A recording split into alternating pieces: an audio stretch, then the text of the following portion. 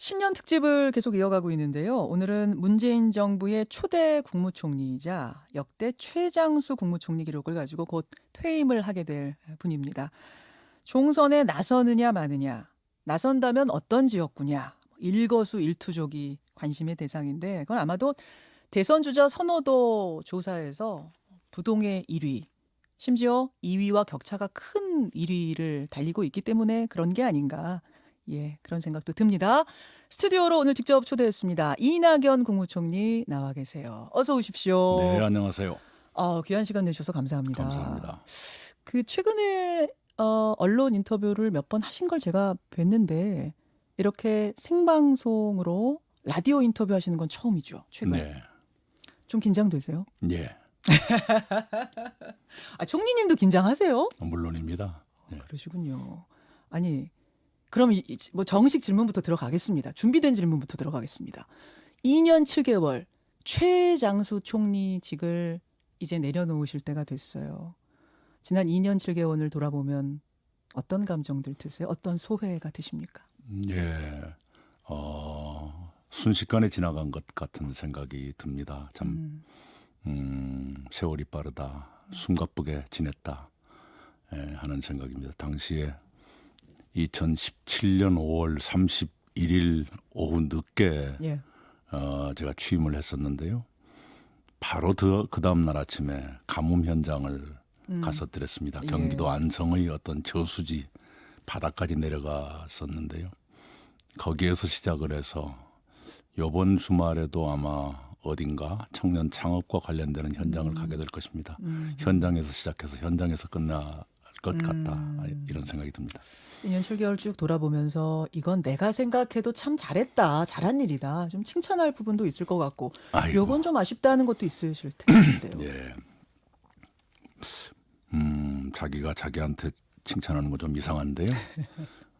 조류 인플루엔자 퇴치는 확실하게 성공을 했죠. 문재인 정부 출범 직전의 겨울에는 3,800만 마리의 닭이나 오리를 살처분했습니다. 예.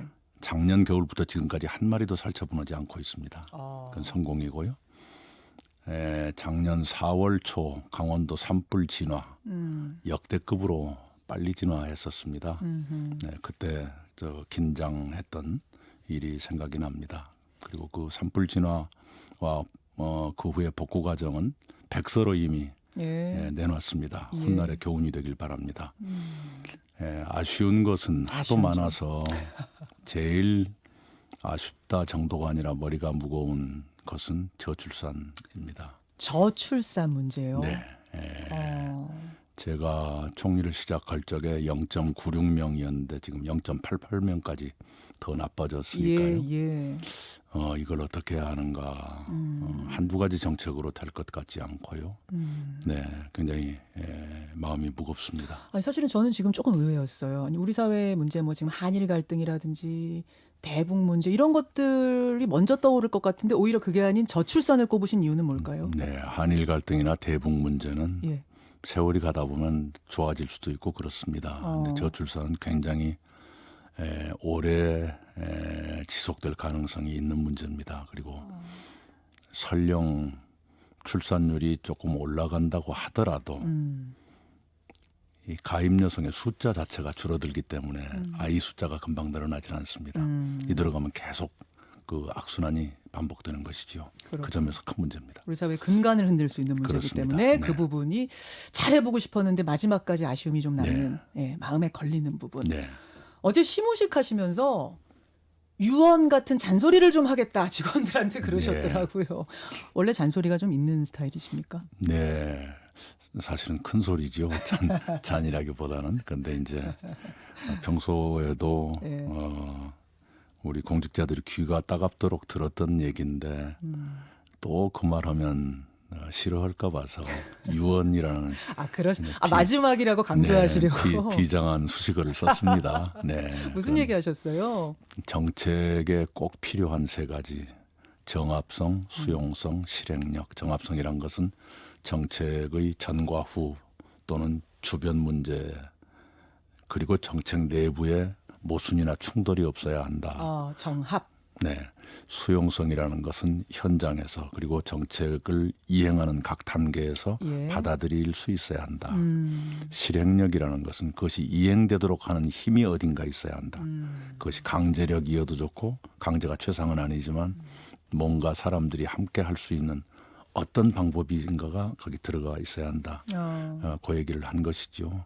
대체로 2년 7개월간 제가 공직사회와 가장 많이 씨름했던 문제가 그것이었습니다. 어딘가 그것이 비어있거나 모자라면 제가 보완을 요구하고. 네, 워낙 꼼꼼한 분으로 도지사 때부터 유명하셨어요. 예. 그때 별명이 이주사셨죠. 예.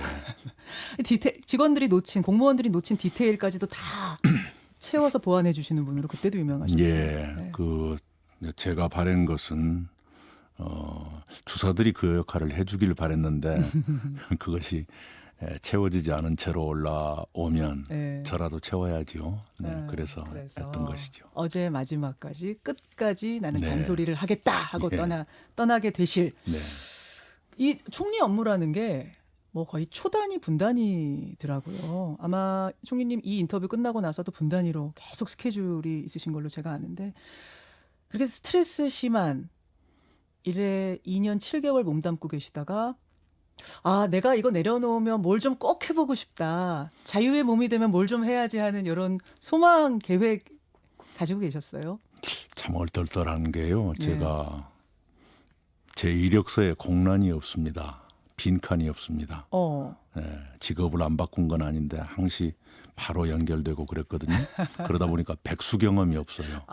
네, 그래서 설레기도 하고 두렵기도 합니다. 당장 어떻게 할까. 지금도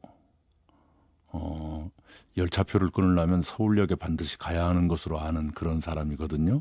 예, 네, 온라인이 아니라. 예. 그래서 아날로그. 네, 아내한테 저의 약점이 많이 드러나겠구나. 집에서? 네, 이런 것도 모르냐 하는 얘기를 많이 듣겠구나 싶기도 하고요. 그만큼의 시간이 있을지 모르겠습니다만 좀 책도 읽고 글도 쓰고 그럴 시간이 있기를 바랍니다. 근데 그런 시간이 많으실 것 같진 않아요. 예. 많으실 것 같진 않은 게 지금 총선이 뭐 이제 4달도 채 안 남았네요. 특히 당이 요구한다면 종로에 출마를 할 수 있다. 그런 쪽으로 마음은 잡으신 거죠? 예, 당이 요구하면 뭐든지 하겠습니다. 네. 그리고 여러 가지 흐름으로 볼 적에 어떤 지역을 맡게 되는 쪽으로 가지 않는가 네, 그런 느낌입니다. 그럼 지역을 맡게 되시면 공동선대위원장 뭐 이런 선대위원장 쪽은 포기하시는 건가요? 그것도 당에서 무슨 판단이 있겠죠. 네, 당에서 요구한다면?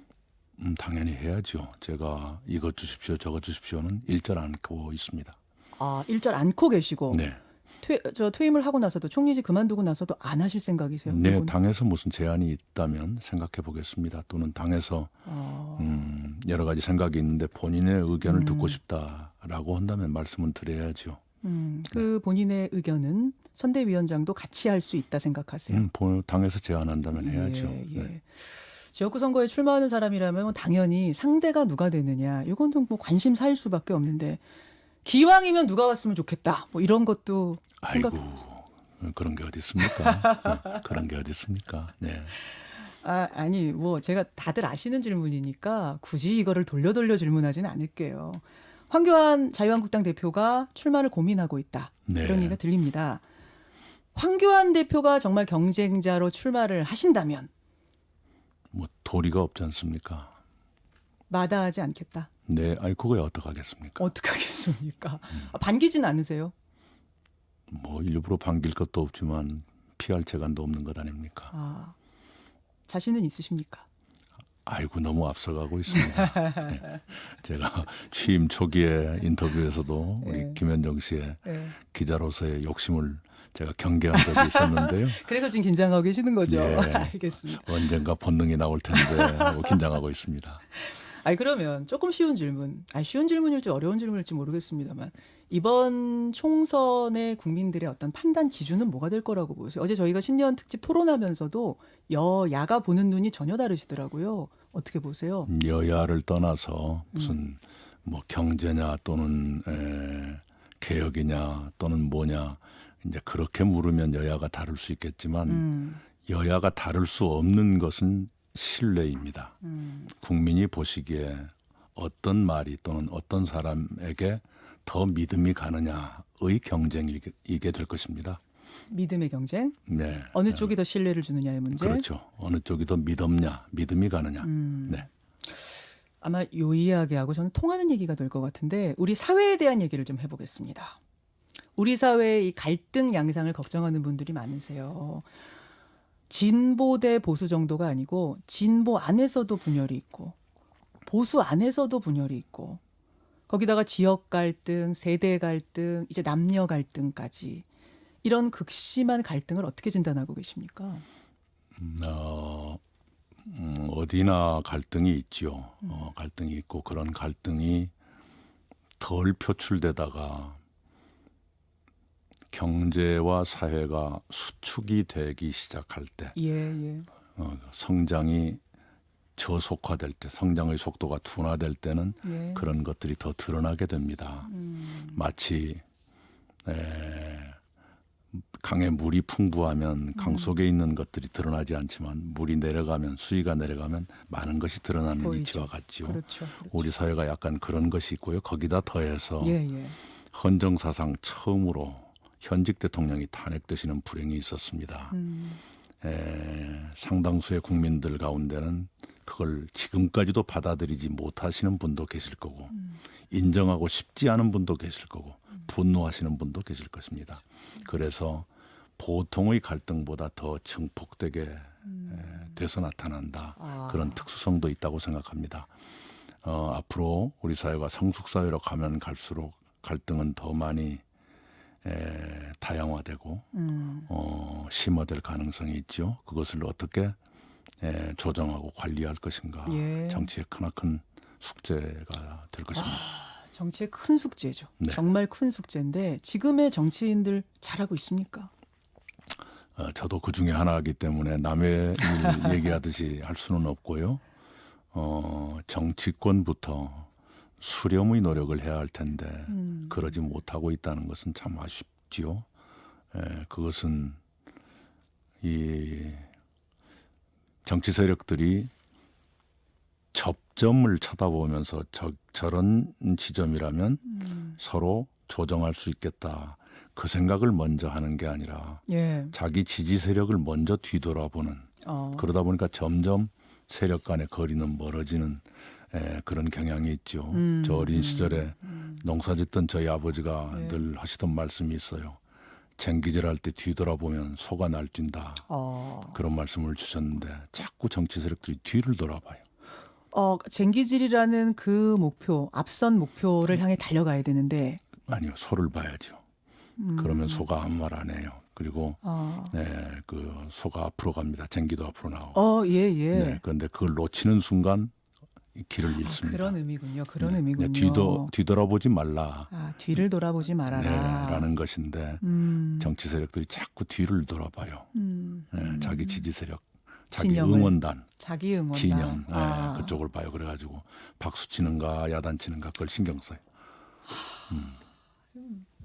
그렇군요. 그게 문제군요 지금.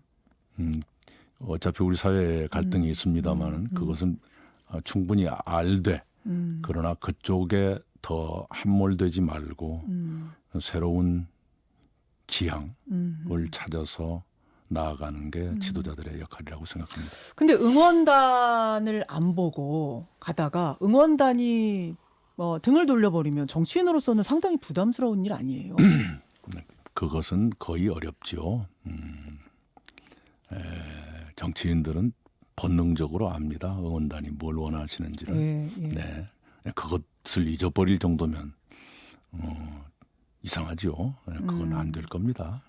그러면은 머리에 두 대 그것을 너무 신경 쓰지 말아라. 거기에 함몰되지 말라, 빠져 있지 말라는 얘기죠. 머리에 두는 정도가 아니라 온몸에 이미 체화돼 있어요. 정치인들은 자기 지지 세력 또는 진영이 어떤 생각하는 건 이미 몸에 피처럼 흐르고 있죠. 그게 다 일치하면 괜찮은데 가야 할 방향과 이 지지 세력의 생각이 다를 땐 어떻게 합니까? 설득해야죠. 설득해야 한다. 그리고 사과드리고. 아, 네, 그러면 대부분은 이해합니다. 알겠습니다.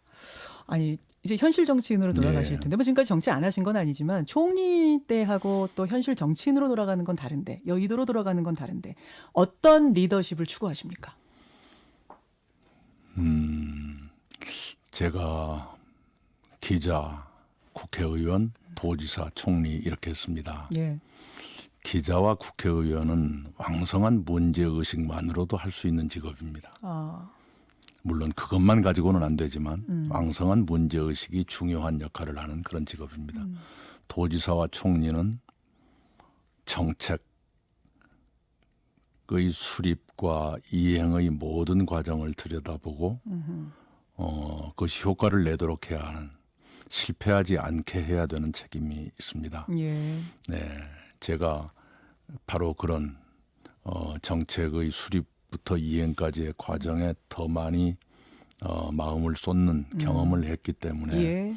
과거보다는 훨씬 더 묵직한 행보를 하게 될 것이다. 이런 예감이 듭니다. 묵직한 행보를 하게 될 것이다. 제가 그렇게 결심했다기보다는 스스로 그렇게 될 것입니다. 알게 됐으니까요.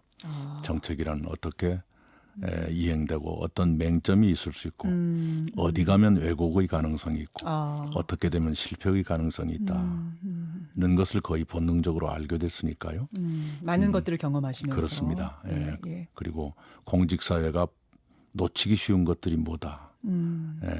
현장에서는 어떤 일이 벌어지기 쉽다 하는 것들을 알게 됐으니까 그걸 아는 것만큼은 더 진중해질 겁니다. 아마도. 그럼 지금 우리 사회에 필요한 리더십, 앞으로 이낙연 총리가 추구할 리더십 역시 뭐 포용, 신중 어떤 걸로 표현할 수 있을까요? 제가 실용적 진보주의라고 했는데요. 진보주의란 건 앞으로 나아가야 한다는 뜻이고요. 거기에 실용적이라는 수식어를 붙인 것은 문제를 그때그때 해결할 수 있어야 한다는 뜻입니다.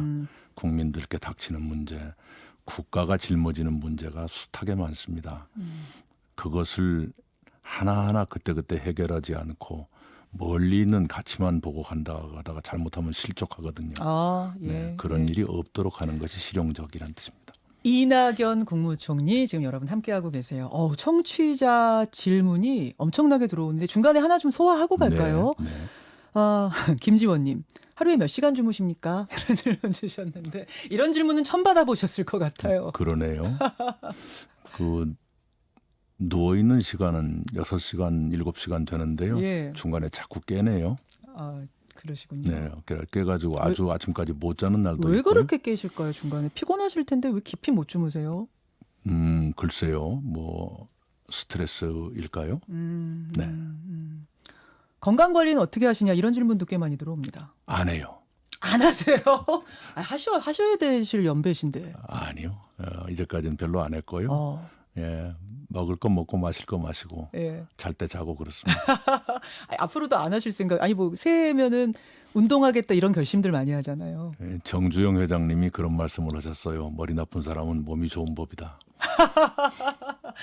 이게 무슨 의미실까요? 어떻게 해석을 해야 됩니까? 그대로 해석하시면 됩니다.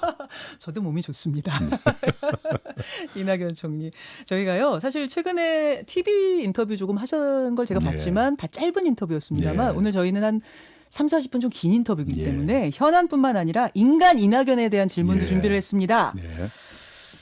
정치인으로서는 아까 말씀하신 것처럼 국회의원, 도지사, 총리 굉장히 승승장구한 분이시지만 어린 시절은 아주 가난하셨다고 들었어요. 뭐 그 마을에서 제일 가난했던 것은 아닌데요. 원래 시골 마을이 다 그랬지요. 저희 부모님이 논이 12마지기 제일 부자였을 때가 12마지기였는데 자식을 10이나 낳고 셋을 잃었지만 그래서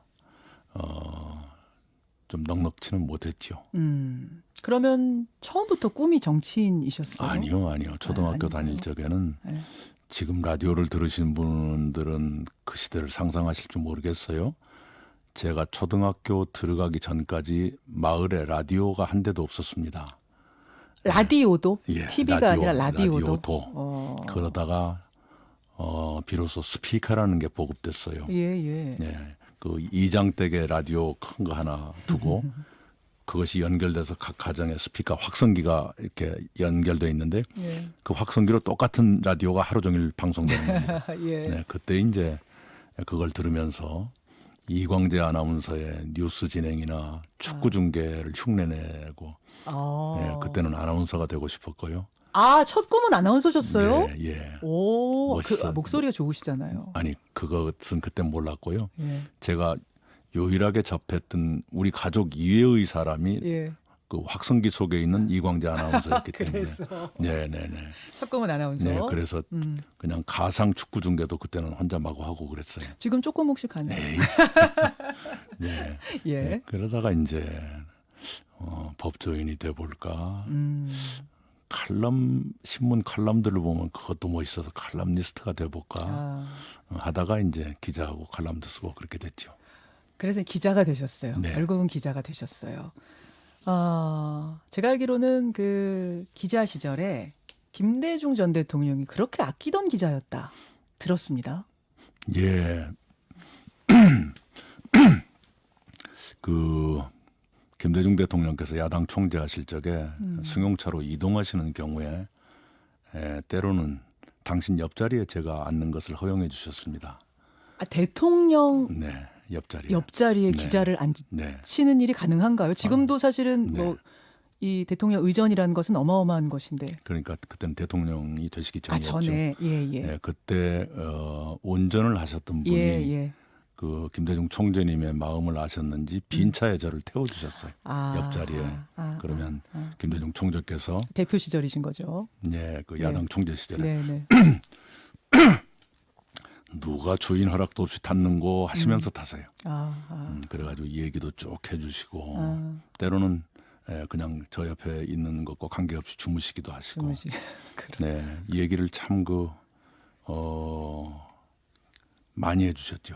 제일 기억나는 어떤 말씀이 있습니까? 예를 들면 그때 김영삼 총재님과 후보 단일화 협상 때인데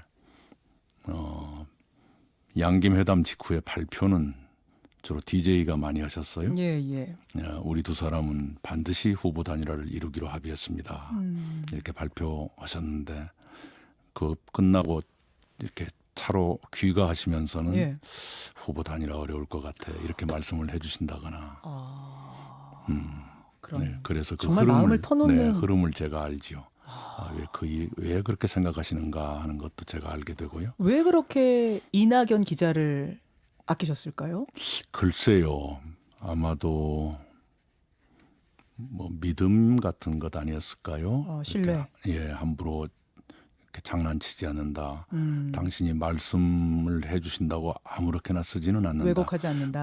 네, 가려서 쓸 줄 아는 기자다. 이런 믿음이 있었으니까 말씀을 해주셨겠죠. 그러면 노무현 전 대통령과도 혹시 인연이 있으십니까? 네, 제가 대변인 할 적에 노무현 대통령이 대통령 후보가 되셨죠. 네. 후보가 되신 뒤에 저를 선거대책위원회의 대변인으로 지명을 해주셨고 당선되신 뒤에도 당선자 대변인을 제가 했어요.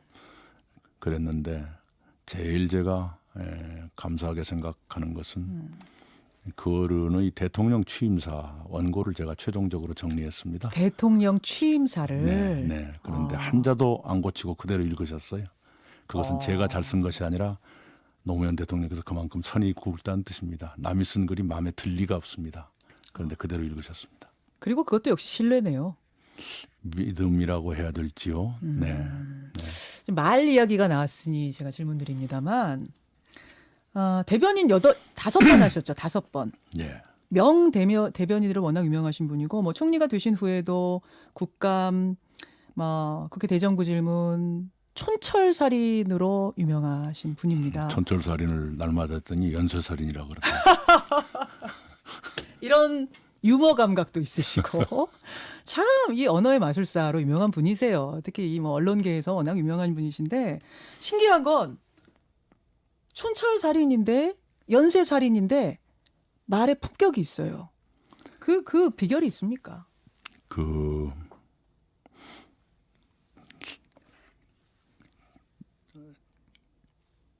가급적이면 간명하고 알기 쉽게 말하려고 노력하는 것이 몸에 배었다고 말씀드릴까요? 그리고 기왕이면 재밌는 게 더 낫다고 판단을 하지. 아, 기왕이 쉽고 재밌고. 예. 아, 정치인이라 굳이 어려운 말 쓸 필요 없습니까? 네, 네. 아, 진행자라고 굳이 어려운 말 쓸 필요 없는 거죠. 아니 어려운 말 잘 알면서도 되는데 알지도 못하면서 쓰면 아, 큰일 나죠. 예. 거기서 실수 나죠. 예. 알겠습니다. 그러면 그런 분으로서 요즘의 정치판의 말들은 어떻게 보세요? 안타깝죠. 왜냐하면 그 누구도 그런 걸 안 좋아하거든요. 자기 진영의 아주 극단적인 사람 빼놓고는 안 좋아하거든요. 그 대부분의 국민이나 이런 분들은 안 좋아하는데 그렇게 거칠게 하면은 본인에게도 이익이 아니고 자기 예. 소속 정당에게도 이익이 아닙니다. 제가 대변인 할 적에 이런 일이 있었어요. 그때 기업인 출신의 여성이 영입돼서 예. 당의 부총재를 맡으신 적이 있었습니다. 그런데 저의 그 대변인으로서의 논평을 보시고 어느 날 물으시더라고요. 이 의원님은 내 편도 아니고 상대편도 아닌 사람들을 먼저 생각하시지요? 그러더라고요. 그래, 어떻게 하셨습니까? 했더니 당신이 그 기업체의 직원들에게 조회 때마다 그 말씀을 한대요. 우리 제품을 쓰는 분 또는 상대 기업 제품을 쓰는 분은 머리에서 지워라. 어느 제품도 선택하지 않은 소비자들이 타겟이다. 이런 말씀을 하셨다 그래요. 그러면서 당신의 철학과 제가 비슷한 것 같다. 그래서 옳습니다. 저는 밤에 세상이 모두 싫다 하는 그런 지친 몸으로 들어 누워서 텔레비전을 보시는 그런 분들을 일어나게 만들고 싶습니다. 야, 좋은 말이네요. 네, 그렇게 제가 논평을 할 때는 그런 그 욕심을 가지고 합니다. 그렇게 말씀을 드린 적이 있어요. 지금 이 말씀은 아까 그 말씀하고 통합니다. 내 편만 바라보면 안 된다. 그게 정치인들이 빠질 수 있는 아주 심각한 우다. 예. 늪이다. 제 후배 대변인들이 간혹 저한테 인사를 오시면 늘 그 말씀을 했어요. 우리 편 생각하지 말고 상대편 생각하지 마라. 중간지대가 엄청나게 넓다. 중간지대를 봐라. 네. 그렇게 하다 보면 막말 막 못 던지는 거죠.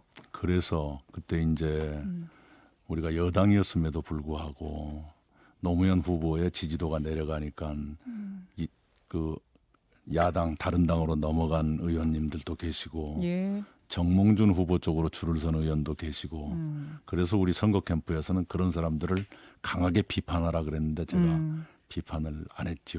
왜냐하면 후보 단일화가 되면 다시 같이 뛰어야 될 사람인데 그 등에다 대고 욕을 하면 내중에 안 되잖아요. 그래서 겨우 썼던 저의 논평이 동지들에게라는 제목으로 지름길을 모르거든 큰 길로 가라. 큰 길도 모르겠거든 오던 길 직진하라. 그것도 어렵거든 멈춰서서 생각하라.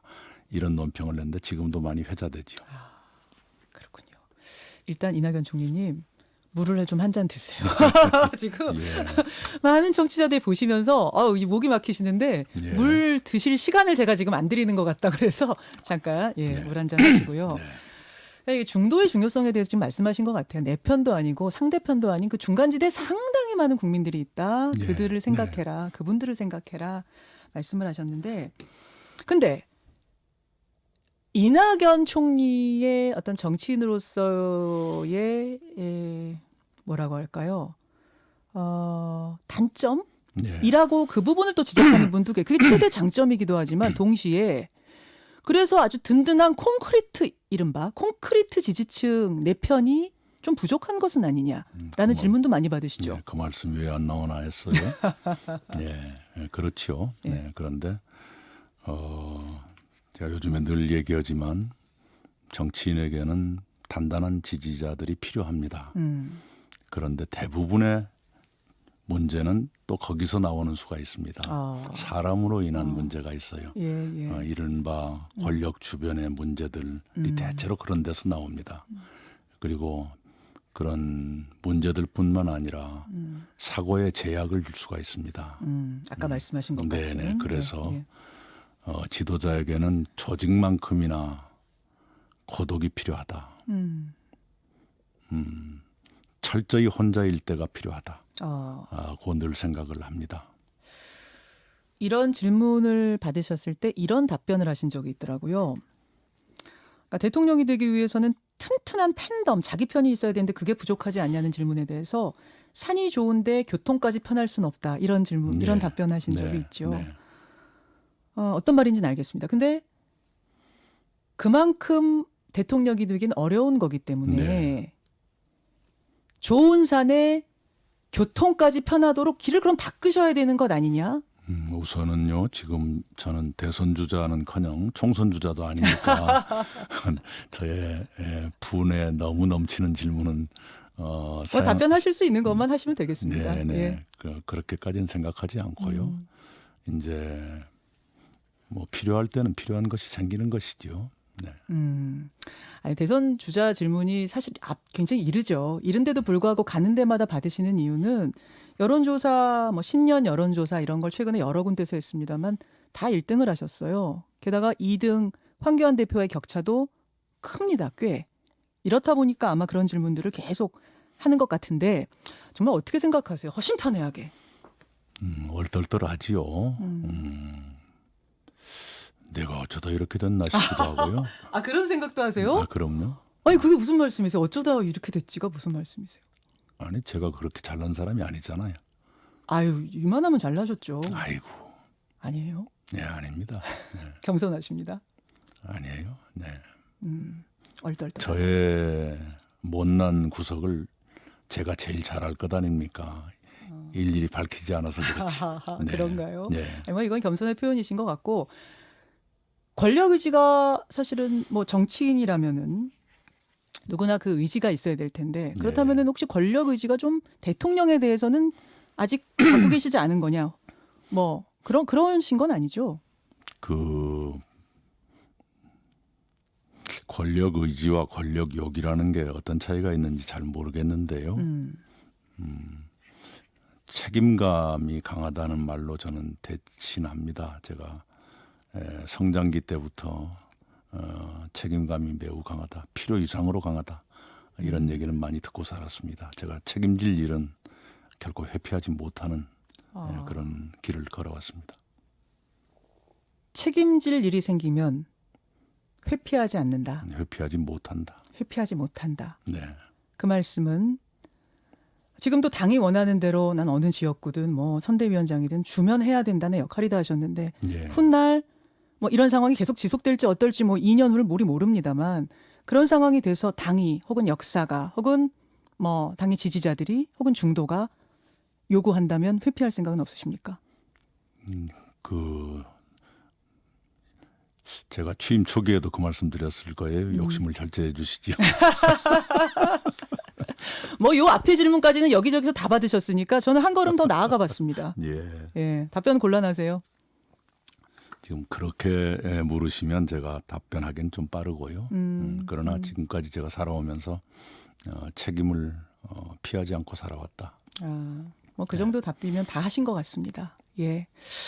이게 얘기를 듣다 보니까 아까 부족한 사람이라고 하셨는데 저는 뭐 부족함이 잘 안 느껴져요. 워낙 정치인으로서 성공한 길을 쭉 걸어오셨기 때문에 삶에 실패란 것도 해보셨어요? 물론이죠. 제가 그 인류대학의 법과대학을 나왔는데 서울대 법대 나오셨죠. 그쪽으로 가지 못한 것은 큰 실패죠. 아하. 그러면 뭐 사법고시 이런 실패? 네네네. 제가 그걸 못했으니까요. 네, 그래서 지금이야 뭐 차라리 잘 됐다고 생각하지만 제 잠재의식 속에는 그게 남아 있는지 20-30년 동안 꿈에 그런 게 나타나곤 했었어요. 꿈에 네. 시험 치는 꿈 꾸셨어요? 그 떨어지는 꿈. 낙방하는 꿈. 네. 아니 근데 이 얘기를 하시는데 왜 이렇게 인간적으로 느껴지는지 모르겠습니다. 예, 그 당시에 좀 어려웠었지요. 여러 가지로. 인간적인 면이네요. 그러니까 실패도 하고 물론입니다. 그것 때문에 20, 30년간 악몽을 꿀 정도로. 네네.